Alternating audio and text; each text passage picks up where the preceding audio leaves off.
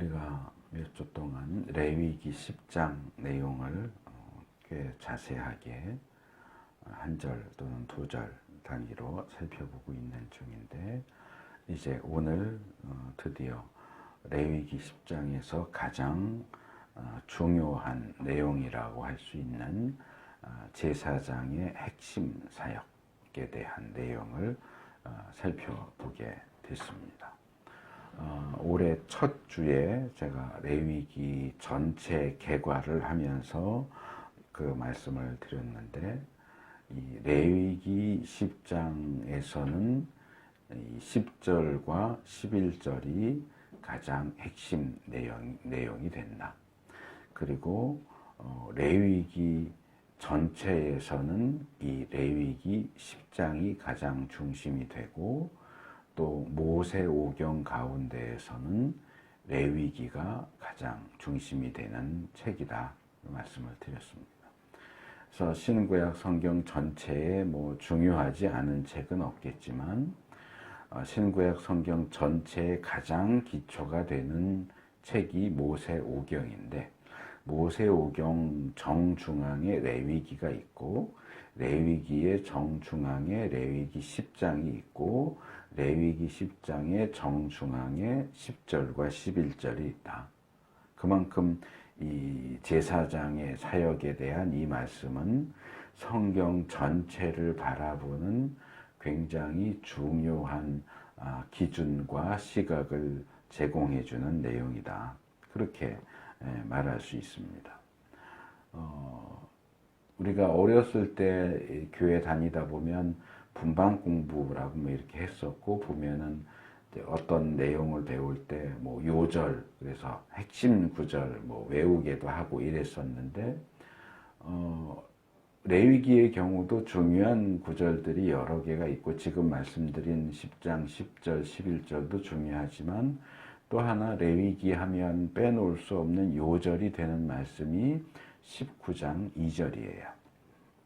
거기 보면 하나님께서 이스라엘 자손 온 회중에게 말하여라. 너는 그들에게 이렇게 일러라. 너희의 하나님인 나 주가 거룩하니 너희도 거룩해야 한다. 레위기의 핵심 중에 하나가 거룩이에요. 또 하나가. 그리고 사실은 이 제사장의 사역은 거룩을 돕기 위한 사역이에요.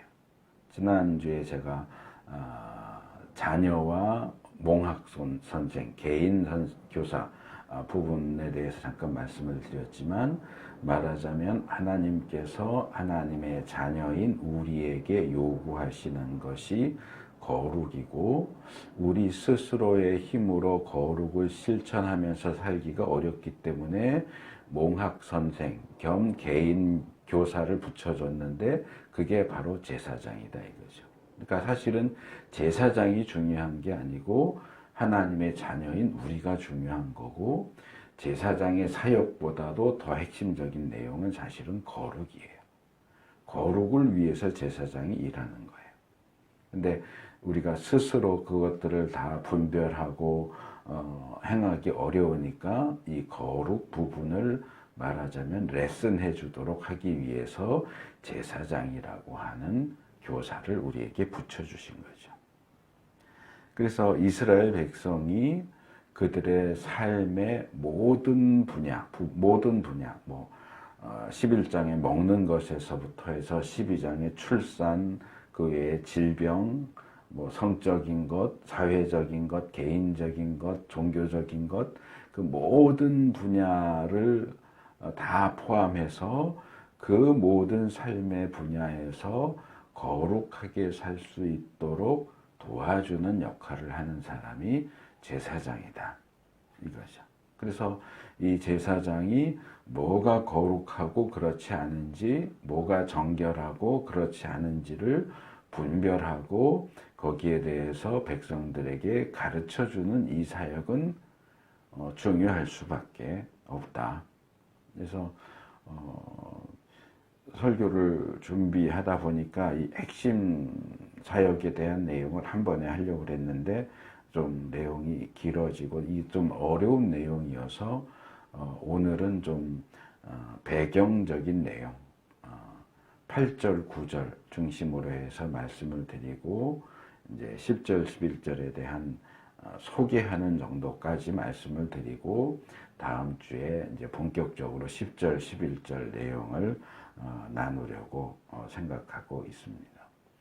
그래서 이 제사장 핵심 사역, 분별 사역에 대한 이 중요한 단락은 금지 명령으로 시작이 됩니다.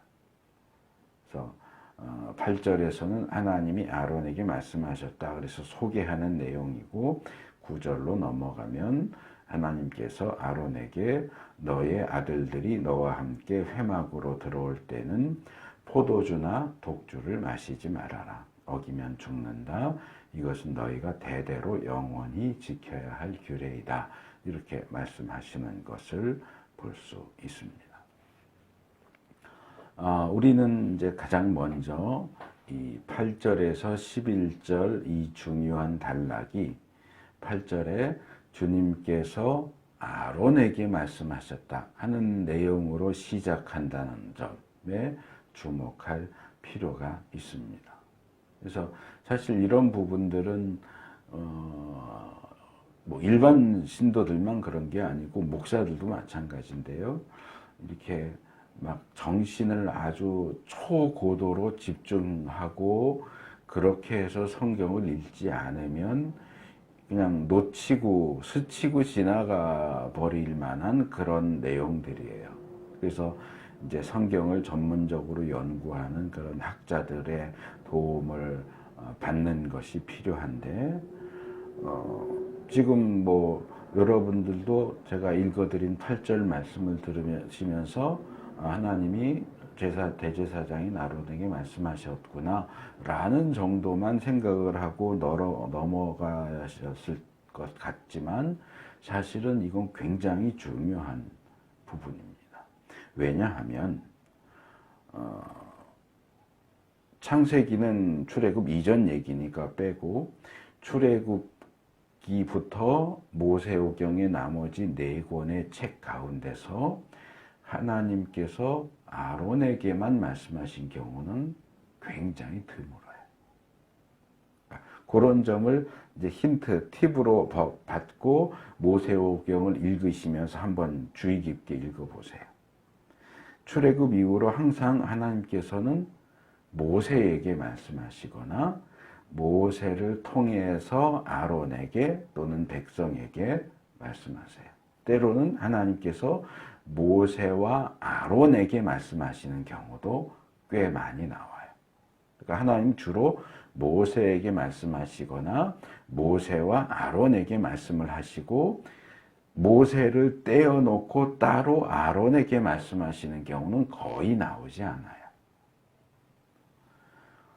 2군데 정도 예를 들 수 있는데 하나는 민수기 18장에 거기 1절에도 8절에도 20절에도 민수기 18장에 하나님이 아론에게 직접 말씀하시는 장면이 나오는데 여기는 이제 제사장 사역과 관련해서 또 레위인이 성막에서 사역할 때는 어떻게 해야 하고 하는 요런 그러니까 아론 대제사장인 아론의 전문 분야이기 때문에 아론에게 말씀하시는 내용이 나오고요.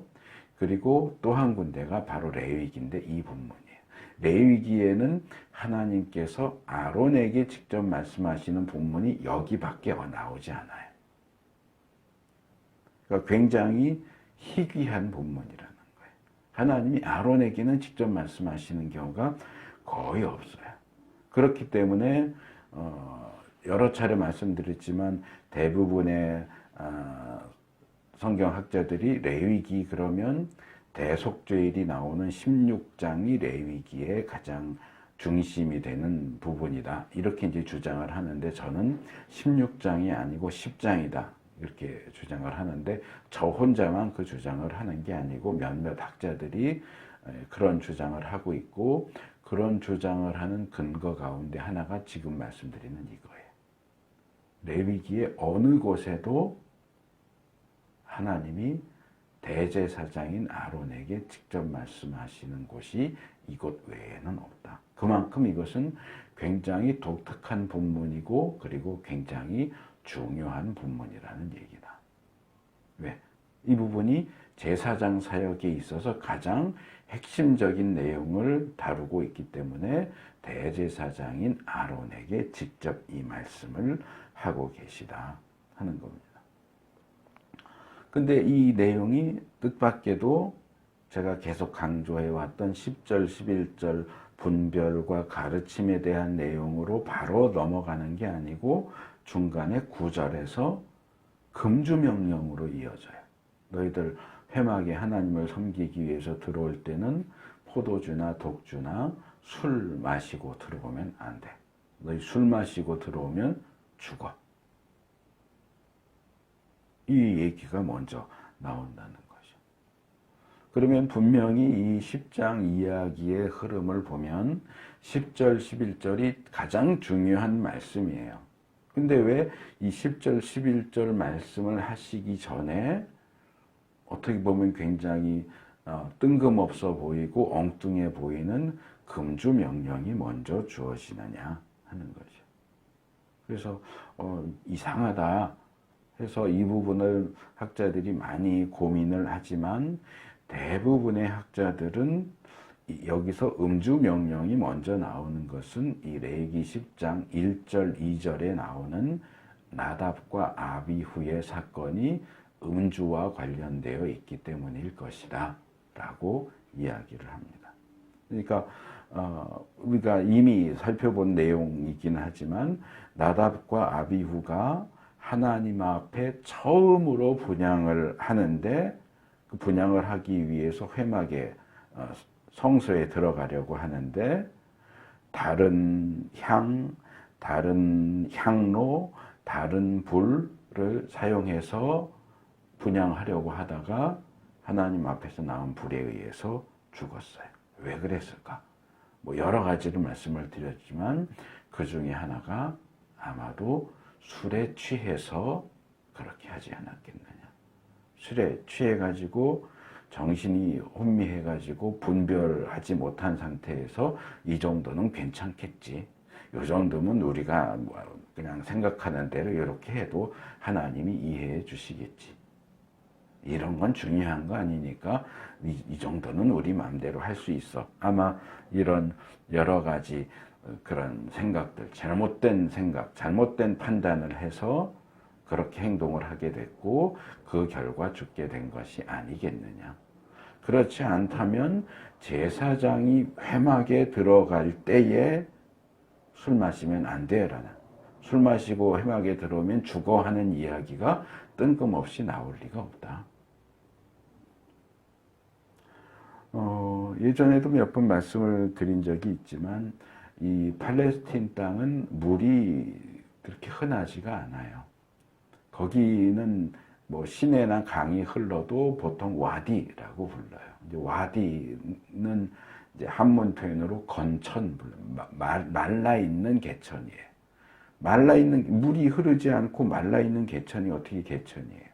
이게 우기와 건기가 있기 때문에 우기에 비가 내릴 때는 물이 흐르는데 건기에 비가 내리지 않으면 물이 흐르지 않아요. 말라요. 그래서 그걸 건천이라고 불러요. 그러니까 가나안 이 팔레스타인 땅은 비가 제때 내려줘야만 물을 공급받을 수 있는, 뭐 우리가 그냥 생각하면 비 내리고 그러면 뭐 산에서부터 물 내려오고 계곡에서부터 내려와서 이렇게 뭐 좀 댐도 만들고 보도 만들고 저수지 같은 거 만들고 그러면 거기 물 모아놨다가 쓰면 되지 뭐 그거 맨날 비만 기다려. 그럴 수 있지만 여긴 땅이 그래요. 신명기에 가면 그 내용이 자세하게 나오고 저도 여러 차례 말씀드렸지만 이 팔레스틴 땅은 토질이 주로 석회질이에요. 그래서 비가 내리면 땅에 물이 고여 있는 게 아니고 그냥 스며들어서 없어져 버려요. 그러니까 물을 뭐 보 같은 거 만들어서 물을 이렇게 모여 있게 하기가 쉽지 않은 땅이라는 거예요. 이게 사람이 이집트 땅은 나일강이 있기 때문에 이 치수가 쉽지만 팔레스타인 땅은 그게 어려워요. 강이 있기는 있죠. 뭐 요단강도 있고 뭐 있는데 이렇게 물을 쓰기가 어려운 그런 문제가 있다는 거죠. 그러다 보니까 식수도 이렇게 구하기가 만만치가 않아요. 그러다 보니까 포도주나 이제 포도주를 희석시킨 포도 음료 같은 것들이 일반적으로 많이 음용되는 것을 볼 수 있습니다. 우리가 그냥 흔히 상식적으로 말할 때 독일은 물이 좋지, 거기도 이제 물이 석회수예요, 주로. 유럽은 대부분 그래, 땅이 그래가지고. 그러니까 물인데 뭐 지금 우리나라에서 판매하는 에비앙 뭐 이런 게 그 유럽에서 수입해서 파는 걸로 알고 있는데 이게 석회질이 물에 포함되어 있어요, 많이. 그러니까 유럽 사람들은 그냥 마시는데 우리나라 사람들한테는 좀 냄새도 나고 뭔가 석회질이 들어있기 때문에 우리나라 사람 입에는 안 맞는 물인데 사실은 이제 유럽 사람들이 먹으니까 먹자 그러고 수입해서 파는데 별로 좋은 물은 아니에요, 사실은. 이제 물이 안 좋으니까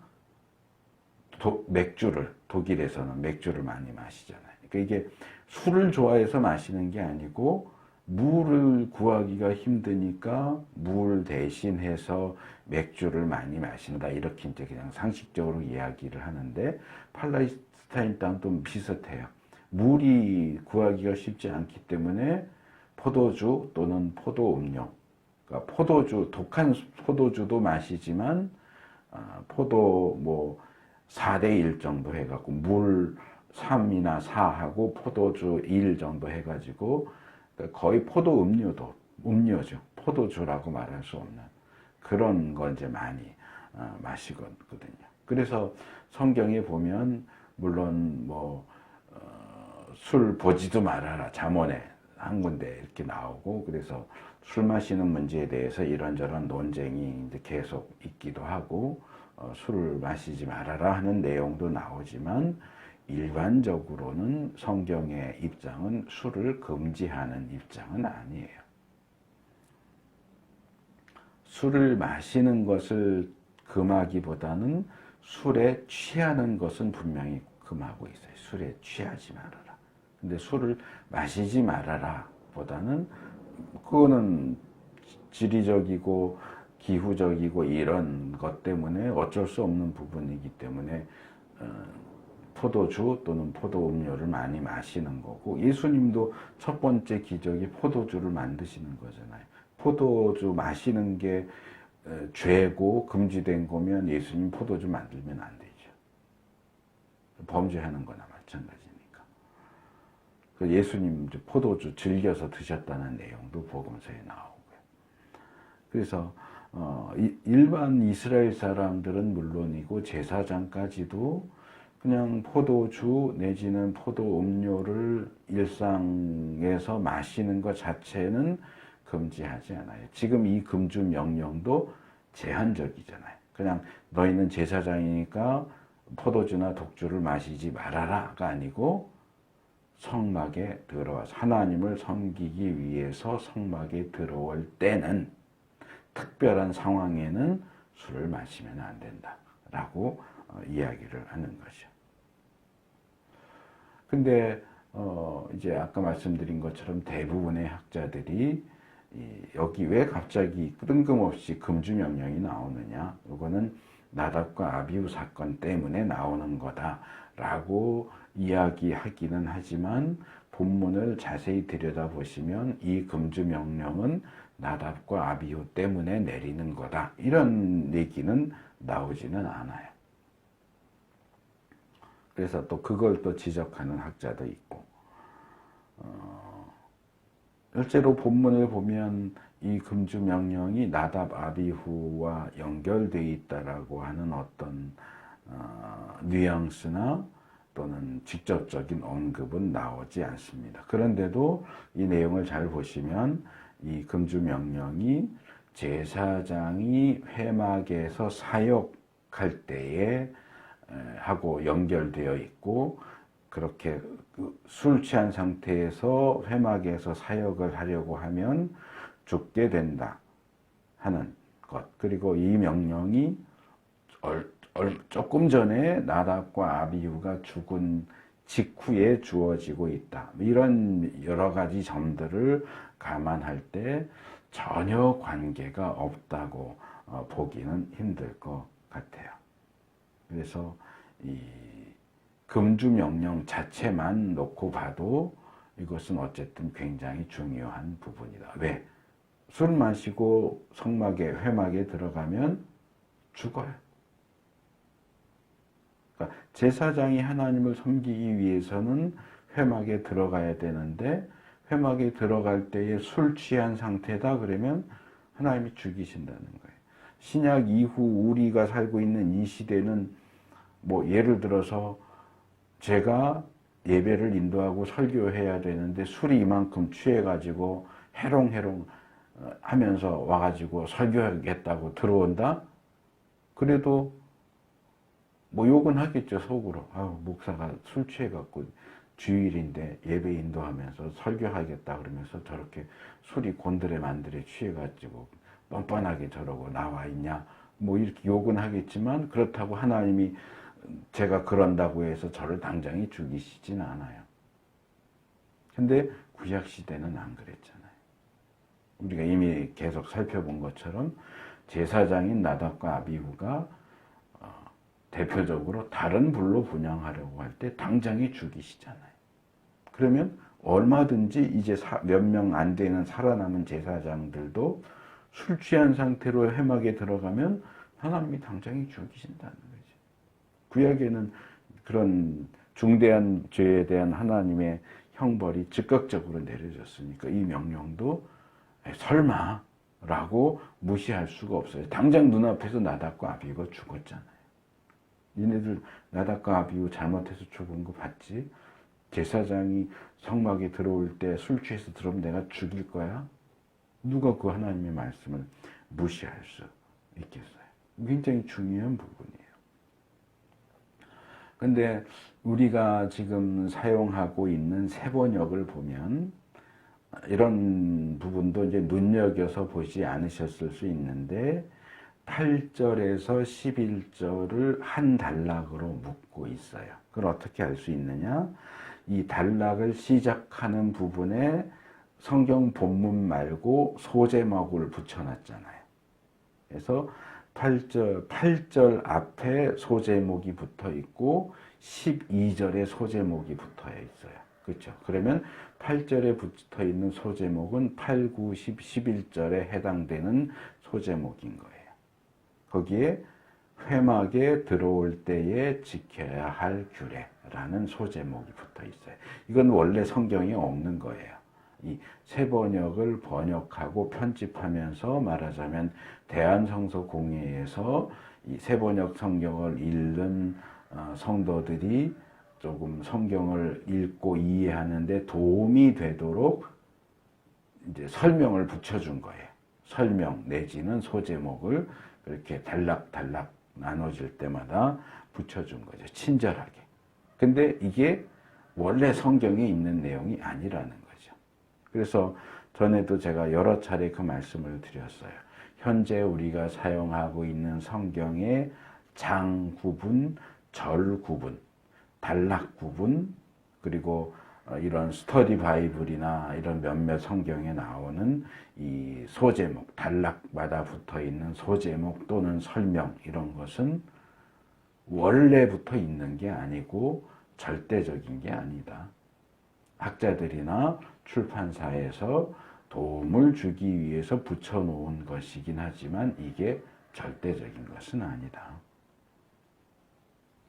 그게 일반적으로는 우리가 성경을 읽고 이해하는데 도움이 돼요. 도움이 되지만 때로는 오히려 본문을 제대로 이해하는 것을 방해하기도 하기 때문에 이게 성경 말씀처럼 절대적인 것으로 신봉하는 것은 좋지 못하다. 가끔 장 구분도 무시하고 읽고 절 구분도 무시하고 단락 구분도 무시하고 그냥 본문 자체만 쭉 읽어가다 보면 또 새로운 것들을 우리가 볼 수 있게 됩니다.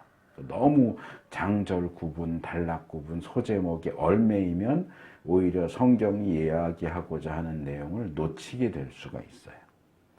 그래서 본문의 경우도 8절에서 11절에 회막에 들어올 때에 지켜야 할 규례라는 설명이 붙었지만 정확히 따지자면 이 설명은 8절, 9절에는 맞아요. 8절, 9절에 대한 설명으로는 맞지만 10절, 11절에 대한 설명으로는 살짝 어긋나 있어요.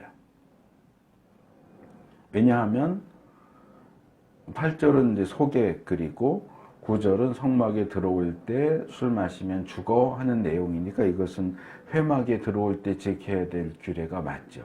근데 10절, 11절은 제사장은 거룩한 것과 속된 것, 부정한 것과 정한 것을 분별해야 되고 하나님이 모세를 통해서 그것과 관련해서 주신 율법을 가르침을 백성에게 가르쳐야 한다 하는 내용이에요. 그러면 제사장이 거룩하고 속된 것을 구별하는 그 일은 성막에서만 할 수 있을까요? 그건 아니에요. 성막에 있지 않을 때도 백성들이 와서 제사장님 하고 이게 어느 게 거룩한 거고 어느 게 속된 겁니까? 어느 게 부정한 거고 어느 게 정한 겁니까?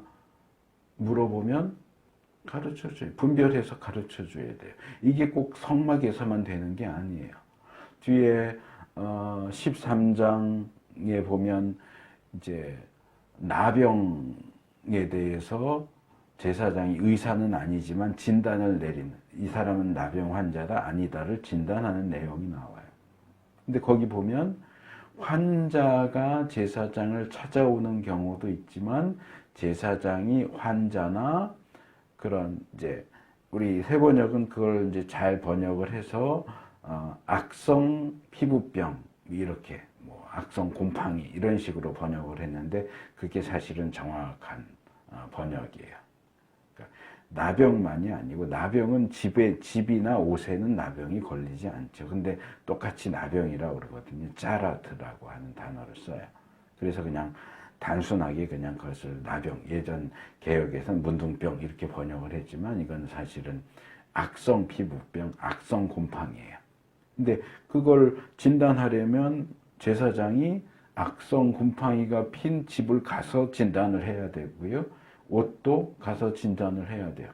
그거 집을 성막으로 갖고 와. 나는 분별사역 성막에서 해야 되니까 집 성막으로 갖고 와. 그럴 수 없잖아요.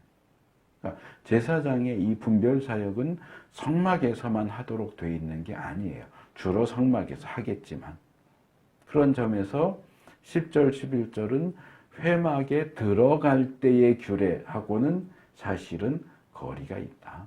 근데 이걸 이제 같이 묶어서 이 내용이 전체가 다 제사장이 성막에 들어갈 때에 지켜야 될 규례다.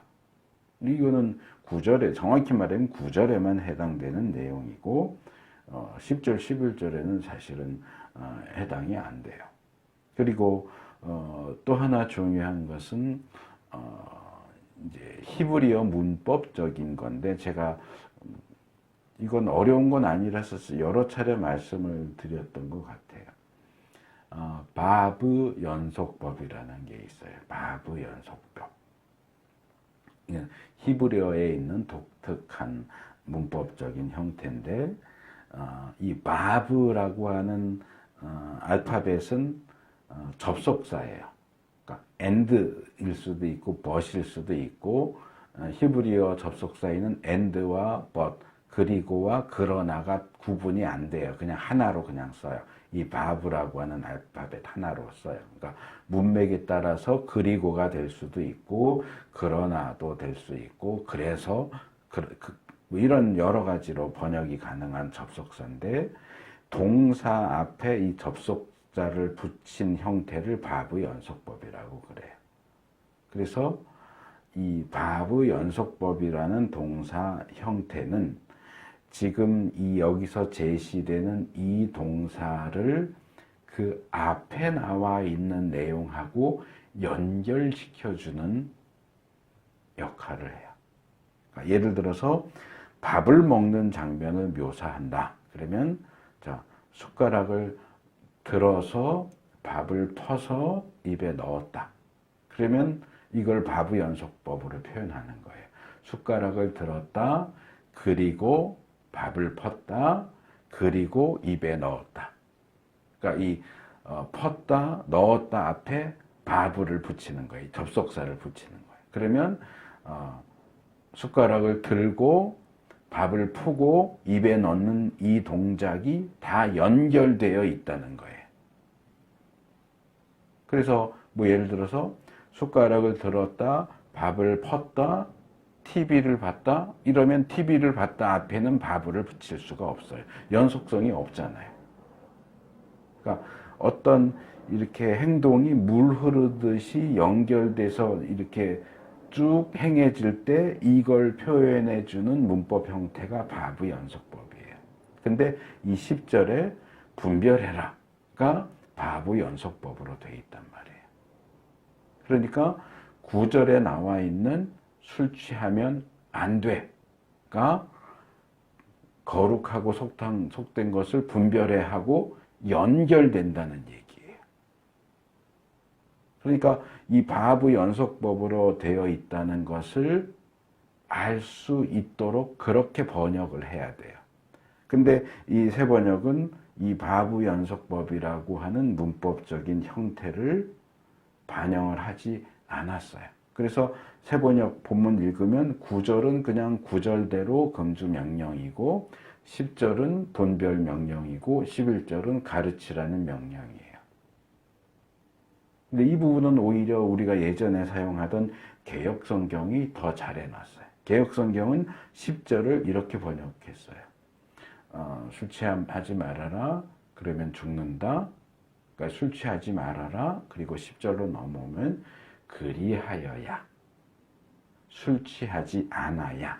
그리하여야 분별하고 가르치리라. 이렇게 돼 있어요. 그러니까 이 그리하여야가 이 접속사 바브를 반영한 번역이. 이 개역 성경이 사실은 상당히 잘된 번역이에요. 어투가 옛날 어투고 옛날 단어를 사용해서 그것 때문에 불편한 거지 사실 번역 수준을 놓고 보면 개역 성경은 상당히 잘된 번역이에요. 그래서 금주 명령은 왜 나오느냐? 술 취하지 않은 정신이 멀쩡한 상태에서 분별을 제대로 하라는 거예요. 그 남자들 TV나 드라마에 보면 그렇잖아요. 같이 막 술 마셔서 술 이만큼 취하면 술 마시고 술집에서 나오면서 싸워요. 뭐 갖고 싸워요? 서로 자기가 계산하겠다. 맨날 쪼들려서 지갑에 돈이 없는데도 술 이만큼 취해서 분별력이 없으면 마음이 대담해져 갖고 자기 돈 없는데도 자기가 계산하겠다 그러면서 싸우죠. 분별력이 없어지는 거예요. 그러니까 제사장은 분별을 해야 되는데 분별하려면 정신이 멀쩡해야 되는데 술 취한 상태에서는 분별을 제대로 할 수가 없다는 거죠. 그러니까 아마도 나답과 아비후도 술 취한 상태였기 때문에 분향하는 일과 관련된 분별을 제대로 못한 것이 아니겠느냐 이렇게 보는 거죠. 근데 분향하는 일보다 더 중요한 일이 분별하는 일이에요. 거룩한 것과 속된 것, 부정한 것과 정한 것을 분별하는 그 일이 제사장이 해야 하는 가장 중요한 일인데 그 일을 술 취한 상태로는 할 수가 없다는 거예요. 그래서 이런 점들을 앞뒤 내용과 연결을 시켜보면 9절에 나오는 금주 명령은 이게 뜬금없고 엉뚱한 얘기가 아니고 다 이런 이야기 흐름 속에서 제자리에 정확히 들어가 있는 내용이다. 이렇게 볼 수 있는 거죠. 그래서 이 금주 명령은 이제 이어서 10절, 11절에 나오는 분별과 가르침의 명령의 전제 조건으로 주어지는 거예요. 너희 술 취한 상태면 안 돼. 항상 정신을 똑바로 차리고 있어야 돼. 특별히 하나님 섬기고 거룩을 분별하고 백성을 가르치는 그 일을 할 때는 너희들 정신을 정말 똑바로 차려야 돼. 그렇지 않고 제사장이네 하고 막 술 취해갖고 막 그런 식으로 하면 너희를 내가 죽일 거야. 그 얘기를 하는 것이. 이제 이 내용 뭐 계속 제사장에 대한 지금 내용을 우리가 계속 다루고 있으니까 어쩌면 들으시면서 이 명령도 제사장에 대한 내용이잖아. 뭐 말하자면 주일날 예배드리러 갈 때 목사는 술 취하면 안 돼. 뭐 지금으로 치면 뭐 그 정도 얘기지 뭐. 근데 뭐 나는 목사가 아닌데 그러니까 나는 상관이 없지. 이렇게 생각하실 수도 있을 것 같아요. 그러니까 이거는 제사장에 대한 얘기고 목사에 대한 얘기지 우리 같은 일반 신도에는 해당이 안 된다라고 생각하실지 모르겠는데, 신약으로 넘어오면 이 술 마시지 말아라, 술 취하지 말아라, 이런 원칙이 신약의 어떤 사역자들, 뭐 사도, 선지자, 목사, 집사, 사역자들만 내게 주어지는 게 아니고 직분자들, 장로, 집사, 또 일반 성도들, 직분이 없는 일반 성도들까지도 이 술 문제에 대해서 상당히 많이 자주 반복적으로 교훈하고 있는 내용을 볼 수 있습니다. 몇 구절을 제가 좀 빠르게 소개를 할게요.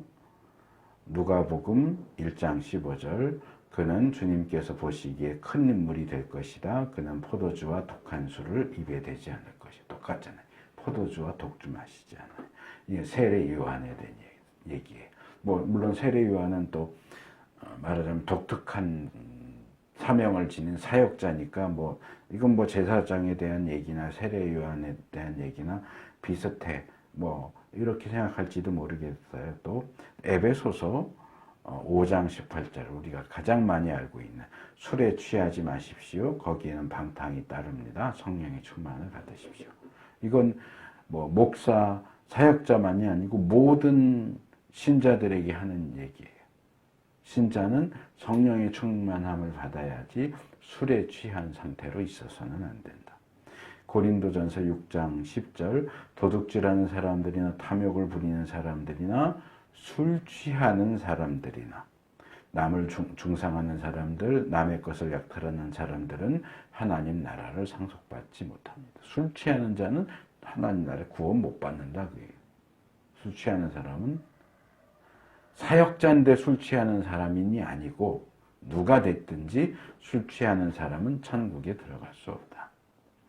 디모데전서 3장 3절에서 8절, 좀 길지만 3절 8절만 읽으면, 술을 즐기지 아니하며 난폭하지 아니하며 너그러우며 다투지 아니하며 돈을 사랑하지 않으며. 이건 감독을 세울 때의 자격 요건 중에 하나예요. 그러니까 말하자면 지금으로 말하면 목사 내지는 장로를 세울 때는 술을 즐기지 않는 사람으로 세워라.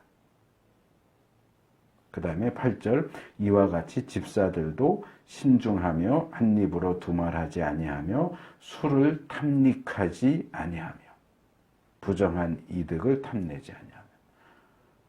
술 즐기는 사람 집사로 세우지 말란 말이에요. 근데 뭐 요즘에는 이게 다 흩어져 버렸어요. 다 없어져, 다 무시되고 있어요. 하나님 말씀이 다 무시되고 있어요. 뭐 방송에 나와서 나는 크리스찬입니다 하는 사람, 연예인들이 술 광고해요. 몇 년 전에 제가 어디 사적인 모임에 참석을 했었는데, 집사님들 몇 분 있고 이제 저희 부부 있었는데, 이제 여집사님들, 부인 집사님들, 남자 집사님들 이렇게 있었는데, 둘이 뭐 얘기를 막 하더니 뭐 집이 참 좋은데 뭐 인테리어도 좋고 뭐 이러다가 여기 언제 모여서 포도주 같이 마시면 좋겠다. 술 마시는 얘기, 제가 목사인 거 아는데, 제가 같이 있는데, 제가 있는 자리에서 여기 포도주 마시면 참 분위기 좋겠네 이러면서 술 마시는 얘기를, 언제 술 마시자는 얘기를 둘이서 하고 앉아 있더라고요. 근데 전혀 전혀 목사가 그 옆에 앉아 있다는 것에 대한 아무런 의식도 없고 눈치도 보지 않고 어떤 주저함도 없어요.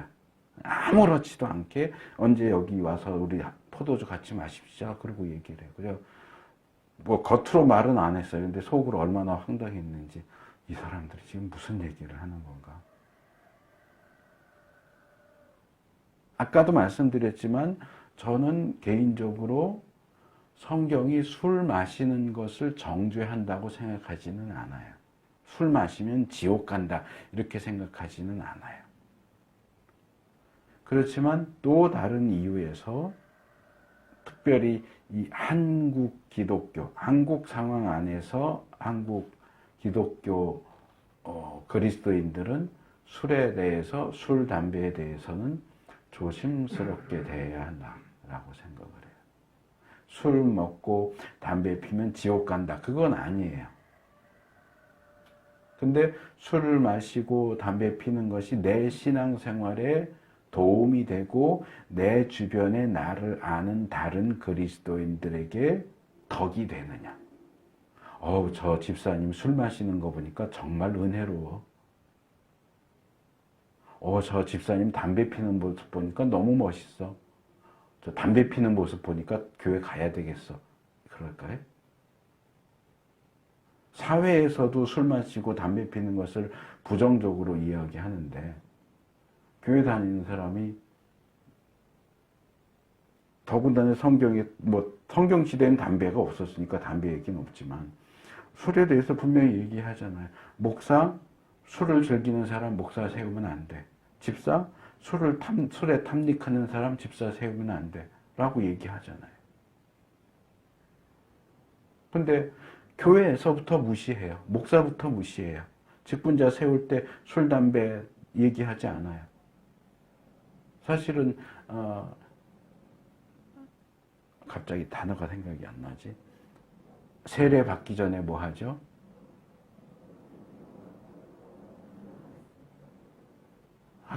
학습 서고 세례 서고 하면 학습 세례 문답 하잖아요. 거기에 사실은 있어요. 술, 담배 얘기가 있어요. 술, 담배 하는 사람은 끊어라. 그래야 학습 주고 세례 준다. 이거는 직분도 아니고요. 교회 들어와서 당신 예수 믿는 사람이야를 인정해주는 아주 기초 과정인 학습 세례에서도 술, 담배 끊어야 학습 주고 세례 준다 그러는데 집사 주고 장로 세우는데 여전히 술, 담배를 하면 어떻게 집사를 주고 장로를 세웁니까? 목사를 세웁니까?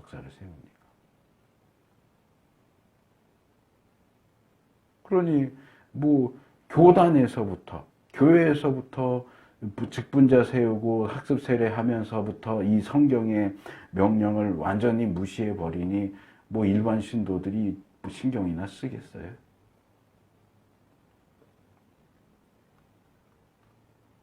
그리고 제가 여러 차례 뭐 말씀드리는 거지만 그 성도들이 되게 좋아해요, 이거. 만인 제사장설. 만인 제사장설인데 뭐 목사 뭐 당신만 뭐 제사장이야? 우리도 제사장이야? 목사 당신만 뭐 축도한다 그러고 설교한다 그러고 성찬 인도한다고 나도 제사장인데 나도 그러면 축도해도 되고 나도 성찬식 인도해도 되고 나도 설교해도 되지 왜 목사 다 당신이 한다 그래?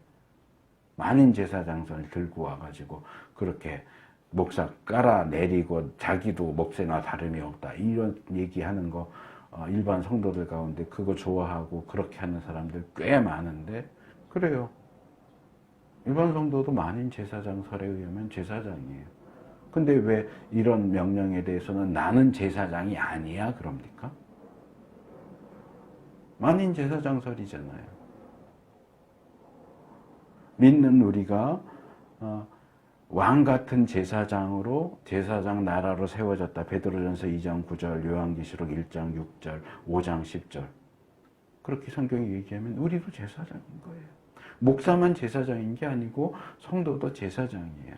뭐 엄밀히 신학적으로 따지고 보면 목사가 제사장 아니에요. 목사가 제사장적인 사역을 하는 거죠. 오히려 그렇게 따지면 신자는 제사장이라고 그러잖아요. 신약에서. 목사가 제사장이다 그러지 않아요. 그런 내용은 없어요. 근데 신자는 왕 같은 제사장이다 그러잖아요. 그러면 구약에서 제사장들에 대해서 주시는 그 명령은 우리 모두에게 주시는 명령이에요. 그거를 왜 목사한테만 돌려요? 모든 그리스도인들, 모든 직분자들, 모든 사역자들은 에베소서에서 바울이 말한 것처럼 술이 아니라 성령에 취해야 돼요. 술의 지배가 아니라 성령의 지배를 받아야 하는 사람들이에요. 우리가 하나님을 섬길 때에 다른 무엇에 지배받거나 다른 무엇에 술에 취해서 명예에 취해서 인기에 취해서 하나님을 섬기는 일을 할 것이 아니라 어떤 인공적인 흥분, 뭐 불교에 사는 것처럼 주문 계속 외우고 그걸 이제 진언종이라고 그래요.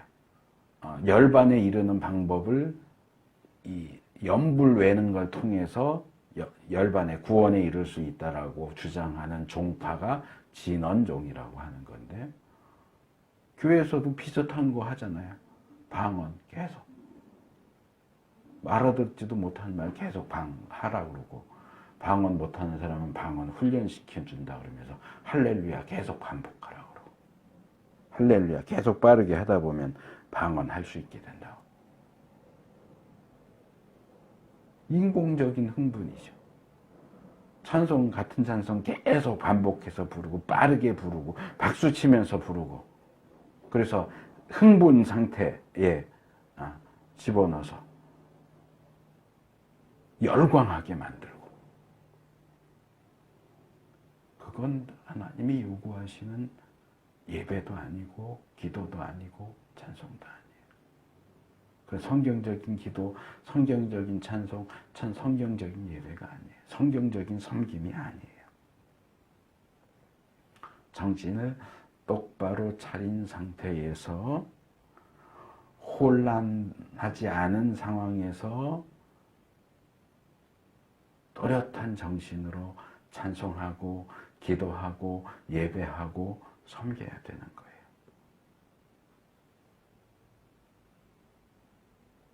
바울이 고린도전서 14장 19절에서 얘기하죠. 그러나 나는 방언으로 만마디 말을 하기보다도 다른 사람을 가르치기 위하여 나의 깨친 마음으로 교회에서 5마디 말을 하기를 바랍니다. 물론 방언을 정죄하는 거 아니에요. 바울은 방언을 정죄하지 않아요. 자기가 다른 누구보다도 방언을 많이 한다고 또 그러죠. 여기서는 이렇게 제한된 상황이죠. 다른 사람을 가르칠 때요. 자, 제가 설교를 하는데요. 지금 한국 사람들이 앉아 있는데 제가 설교를 하면서 한국말로 안 하고 뭐 그런 실력도 안 되지만 뭐 예를 들어서 영어로 설교를 처음부터 끝까지 한다고 쳐요. 아니면 옛날 카톨릭에서 하듯이 라틴어로 설교를 한다고 해봐요. 누가 알아들어요? 아니면 처음부터 끝까지 열이 이만큼 올라가지고 방언으로 막 설교를 한다고 쳐봐요. 그 설교를 누가 알아들어요? 만마디 방언을 하면 한마디라도 알아들어요? 못 알아들어요. 가르칠 때는 분명하게 이해할 수 있는 명료한 말 5마디 말이 만마디 방언보다 낫다는 얘기예요.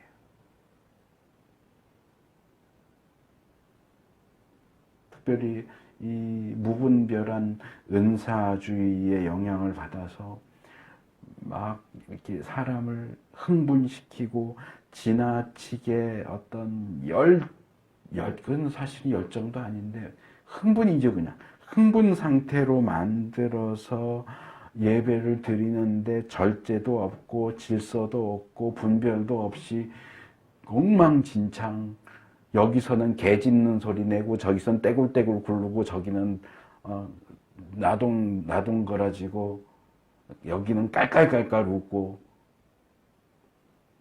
은사주의 집회 영상 촬영해 놓은 거 인터넷에 쉽게 볼 수 있어요. 보세요. 그게 정상적인 예배예요? 광란의 파티지. 그거는 성경이 얘기하는 예배가 아니에요. 그래서 성막에 들어올 때 술 취하지 말라는 목사에게만 해당되는 게 아니고 예배에만 해당되는 게 아니고 찬송도, 기도도, 심지어는 부엌에서 공동 식사 준비하고 설거지하고 예배실 청소하고 하는 그런 아주 사소하고 여러 가지 이야기에도 다 통하는 거예요. 제대로 된 정신 상태에서 모든 하나님을 섬기는 모든 일들을 감당해야 됩니다. 자, 이제 마지막으로 이 마지막은 길지는 않아요. 이제 마지막으로 이제 10절, 11절 본격적인 내용은 다음 주에 할 거고 좀 이렇게 소개하는 측면에서 좀 기본적인 내용을 간단하게 말씀드리고 설교를 마치도록 하겠습니다. 이 10절과 11절이 제시하는 제사장의 핵심 사역은 10절에서는 분별이에요. 근데 이게 이 새 번역은 구별이라고 번역을 했더라고요. 개역은 분별. 저는 이제 분별이 익숙해서 자꾸 분별 그러는데 구별 내지는 분별. 그리고 11절에서는 가르침이에요. 분별하고 가르쳐라. 구별해서 가르쳐라 하는 거죠. 그래서 금방 그 바로 앞에 9절에서 나왔던 금주 명령은 제사장이 구별하고 분별하며 그리고 가르치는 일을 올바르게 수행하도록 하기 위한 어떤 예비적인 명령이고 그것이 지켜지지 않을 때에 죽음이라고 하는 형벌이 경고되고 있다. 그만큼 이 금주도 중요하지만 사실은 금주가 지향하고 보조하려고 하는 이 분별과 가르치는 사역은 굉장히 중요하다. 그래서 이제 이건 제가 제 논문에 있던 내용을 갖고 와 봤는데요. 여러 학자들이 이게 제사장 사역에서 굉장히 중요하다라는 얘기를 해요. 뭐 중대한 사역이다, 매우 중대한 지시사항이다, 절대로 무시하지 말아야 할 제사장의 책무다, 제사장의 주된 임무다, 제사장 역할의 핵심이다. 학자 이름은 뭐 굳이 얘기할 필요가 없기 때문에 이 학자들이 얘기하는 이 10절, 11절에 대한 어떤 평가를 제가 소개를 해드렸는데 일반적으로 제사장 그러면 이 제사장이라는 호칭 때문에 그런지 제사장이 하는 가장 주된 사역, 중요한 사역이 뭘까요? 그러면 다 거의 뭐 10명이면은 9명, 10명은 제사 드리는 거예요. 그래요. 학자들 가운데는 제사장의 주된 사역은 제사를 드리는, 제사를 집례하는 것이고 그 외에 다른 사역들도 다 이 제사 드리는 것에서 파생되어 나온 것이다. 좀 오래된 학자인데 이제 랑게라는 학자가 그렇게 설명을 하는데 물론 우리가 지금 레위기 들어오면서 앞에 7장까지 제사에 대해서 쭉 살펴봤고 이 제사는 사실은 우리가 생각하는 것처럼 제사장이 다 하지 않는다고 그랬잖아요. 제사를 드리러 온 사람이 거의 대부분 해요. 잡고 제물을 잡고 피 받고 가죽 벗기고 토막 내고 하는 씻고 하는 거 다 제사 드리는 사람이에요. 제사장이 안 해요. 제사장이 하는 건 딱 2개밖에 없어요. 뭐예요? 피 받아서 제단이나 분향단이나 해서 뿌리는 것. 피를 하나님께 드리는 것과 기름기 부분을 드리는 것. 또는 이제 번제의 경우는 고기를 드리는 것. 그러니까 직접 제물 가운데 가장 중요하다고 할 수 있는 피와 기름을 하나님께 드리는 그 말하자면 전문적인 그 일은 제사장이에요. 그 일은 제사장만 할 수 있어요. 그 일을 아무도 다른 사람이 하면 안 돼요. 그건 제사장에게만 허락된 일이에요. 그러니까 그것을 위해서도 제사장의 존재는 꼭 필요하고 중요하다고 말할 수 있죠. 그런데 구약 전체 내용을 취합해서 보면 제사장이 제사와 관련된 일만 하는 것은 아니다.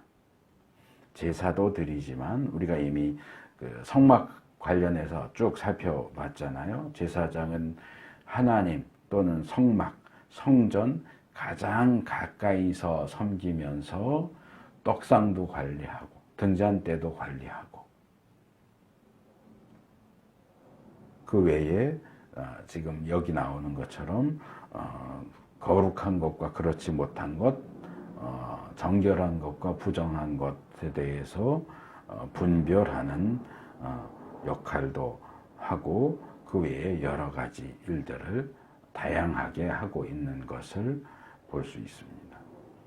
근데 이제 제가 보는 시각에서는 일반적으로는 제사장의 가장 중요한 사역은 제사다 이렇게 말하지만 제가 보는 시각에서는 하나님이 모세에게 주신 율법, 토라에 기초해서 이스라엘 사람들의 생활, 삶과 관련된 모든 영역들에 대해서 어떤 것이 거룩한 것이고 어떤 것이 거룩하지 않은 것인지, 속된 것인지, 어떤 것이 정결한 것이고 어떤 것이 부정한 것인지를 분별하고 가르치는 일도 굉장히 중요하다. 이건 사실 좀 양보해서 한 얘기고 그것도 굉장히 중요하다. 그게 아니고 사실은 그게 가장 중요하다 라고 보는 거죠. 레위기 10장 10절 11절 신명기에도 33장 10절에서 똑같이 분별하는 사역이 제사장에게 굉장히 중요한 사역이다라는 내용이 나오고요. 저기 뒤에 가면 구약성경 뒤에 보면 학개서 이제 포로에서 귀환한 이후에 학개, 스가랴, 말라기가 포로 귀환 이후에 선지자들인데 학개서 2장에 보면 2장 11절 12절에서 하나님이 학개 선지자에게 이렇게 말씀하세요. 나 만군의 주가 말한다. 너는 제사장들에게 율법의 가르침이 어떠한지 보아라.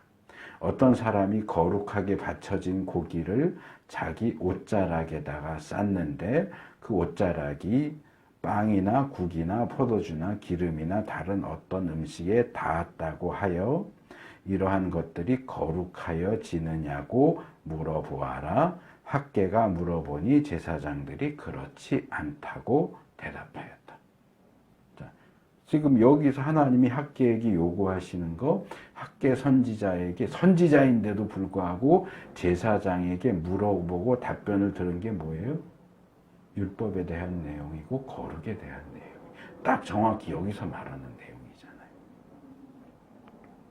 그러니까 선지자의 제사장을 찾아가서 물어봐야 될 게 뭐냐?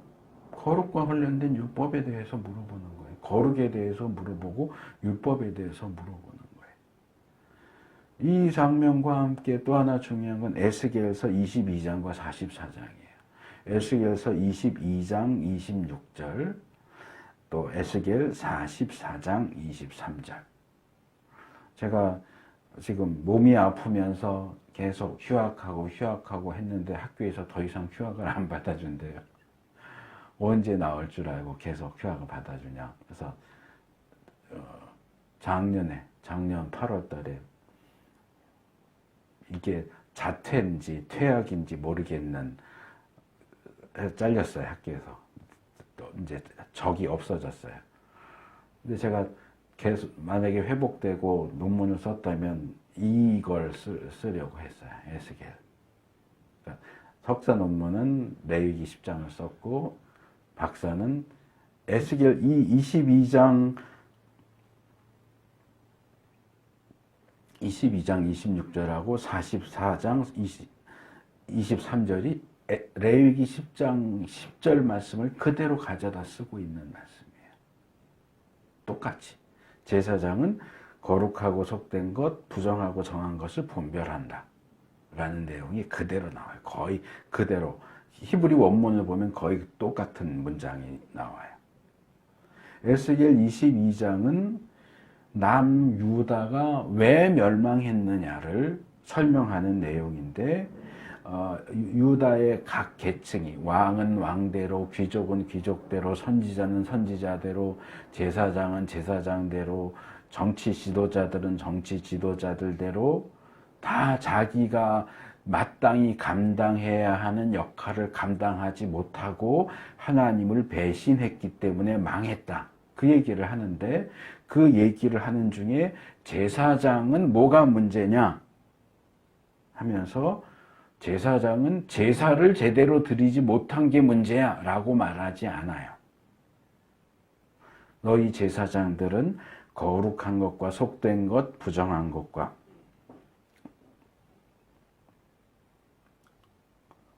정한 것을 구별하는 그 일을 제대로 하지 않았다.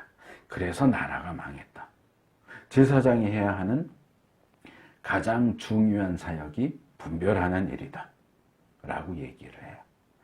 그리고 44장으로 넘어가면 그건 앞으로 하나님께서 유다에게 은혜를 베푸셔서 유다가 포로에서 귀환하고 나라가 다시 세워질 때 그 나라가 어때야 하느냐를 얘기해요.